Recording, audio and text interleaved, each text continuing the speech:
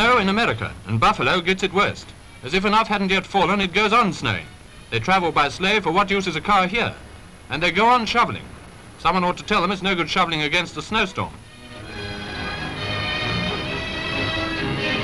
After the blizzard, the surrounding countryside is frozen in and snowed under. Many people, marooned by the big drifts, were held up on their journeys and forced to take refuge. It takes days to clear up with the city lying under the biggest snowfall for years, but anyway, it's quite seasonable. In Rome, the trouble of the moment is floods. Following unusual